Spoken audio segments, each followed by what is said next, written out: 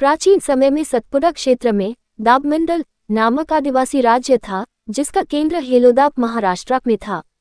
इस समय की एक प्रमुख किंवदंती में यहाँ मोगी को एक जंगल में भूखी पड़ी अज्ञात कन्या के रूप में पाया जाता है, जिसे बाद में राजा बहागोरिया और रानी देवगोदर ने अपने कोख की बेटी की तरह पाला पोष। इसीलिए वह पहली पांधर पिली पांधरी या यहाँ पांधर नाम से प्रसिद्ध हुई।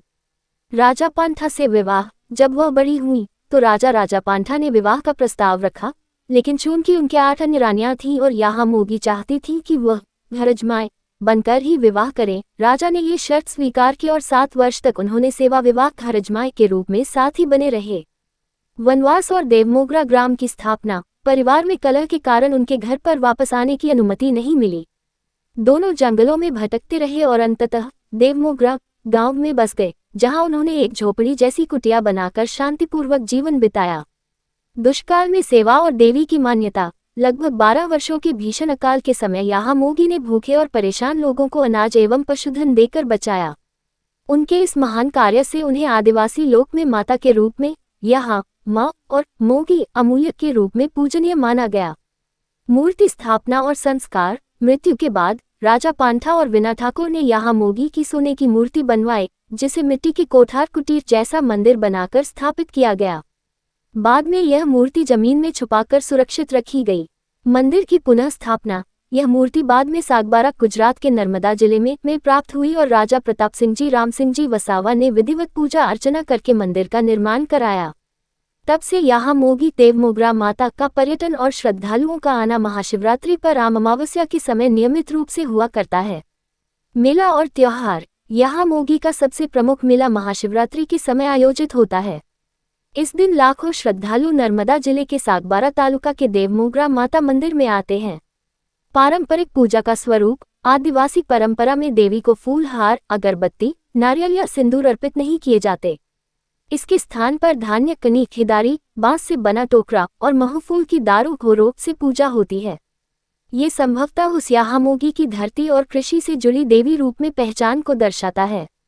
पाठ और सांस्कृतिक महत्व। आदिवासी समाज में ये पूजा हजारों वर्ष पुरानी परंपरा का हिस्सा है। धान्य को सुरक्षित कोठार में संग्रहित करके भविष्य में विपदा में उपयोग की आस जताने की संस्कृति आज भी मौजूद है।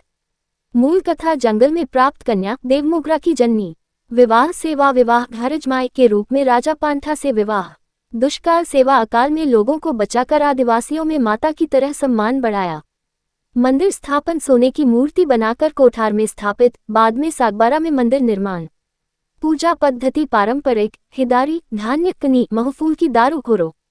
उत्सव समारोह। महाशिवरात्रि पर विशाल मेला, हजारों श्रद्धालु आते हैं। मोगी माता एक लोकदेवी के रूप में पूजी जाती हैं, जिनकी पूजा विशेषकर गुजरात और आसपास के क्षेत्रों में की जाती है।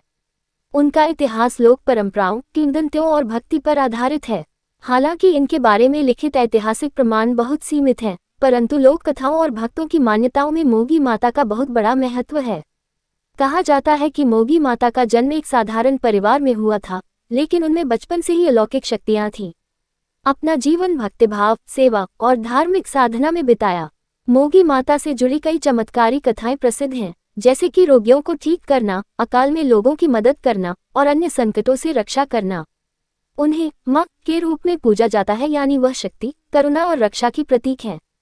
विशेषकर गुजरात के सौराष्ट्र, कच्छ और राजस्थान के कुछ हिस्सों में मोगी माता के मंदिर हैं। भक्त लोग उन्हें कुलदेवी के रूप में भी पूजते हैं। हर साल मोगी माता का मेला भी कई जगहों पर लगता है, जहां हजारों श्रद्धालु दर्शन करने जाते हैं। माता के भक्त जागर, भजन और गरबा जैसे अनुष्ठानों के माध्यम से उन्हें याद करते हैं। कई लोग व्रत रखते हैं और मनोकामना पूर्ण होने पर झांकी या भंडारा